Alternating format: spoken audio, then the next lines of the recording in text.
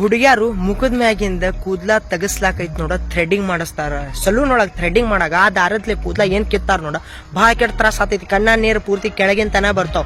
So ಅದಕ್ಕೆ ಒಂದು item ready ಮಾಡ್ಕೊಂಡು ಮನಿಯೊಳಗಿಂದ ಸಾಮಾನುಗಳನ್ನ ಯೂಸ್ ಮಾಡ್ಕೊಂಡ ಮನಿಯೊಳಗೆ ಒಂಥರ ಸ್ಕ್ರಬ್ಬರ್ ಟೈಪ್ ರೆಡಿ ಮಾಡ್ಕೊಂಡು ಆ ಸ್ಕ್ರಬ್ ಐತ್ ನೋಡ ಮುಖದ ಮ್ಯಾಗಿಂದ ಹೇರ್ಸ್ ಎಲ್ಲ ರಿಮೂವ್ ಮಾಡ್ಬೋದು ಅಂತೇಳಿ ಇಲ್ಲೊಂದು ಐಡಿಯಾ ಕೊಡತ್ತಾರ ನೋಡ್ರಿ.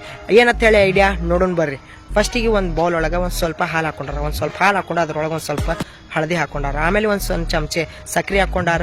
ಒಂದು ಸ್ವಲ್ಪ ಕೊಕೊನಟ್ ಆಯಿಲ್ ಹಾಕೊಂಡಾರ. ಚಂದಂಗ ಈ ಮೂರು ಐಟಮ್ ಮಿಕ್ಸ್ ಮಾಡ್ಕೊಂಡಾರ. ಚಂದಂಗ ಗ್ಯಾಸ್ ಮ್ಯಾಗ ಐತ್ ನೋಡ ಕುದಿಸಿ ಮಿಕ್ಸ್ ಮಾಡ್ಕೊಂಡಾರ.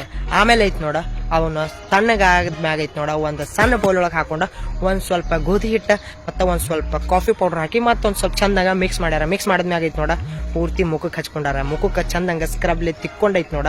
ತಿಕ್ಕೊಂಡ್ ಮ್ಯಾಗ ಒಂದು 20-25 ನಿಮಿಷ ಆದ್ಮ್ಯಾಗ ಐತ್ ನೋಡ ನೀವೇ ನಿಮ್ಮ ಕೈಲಿ ಸೊಕಾಸ್ ಜೋರ್ಸಿ ತಿಕ್ಕೋರಿ. ಅವಾಗೈತ್ ನೋಡ ನಿಮ್ಮ ಮುಖದ ಮ್ಯಾಗಿನ ಕೂದ್ಲ ಐತ್ ನೋಡ ತಾವೇ ರಿಮೂವ್ ಆಗಿಬಿಡ್ತಾವ.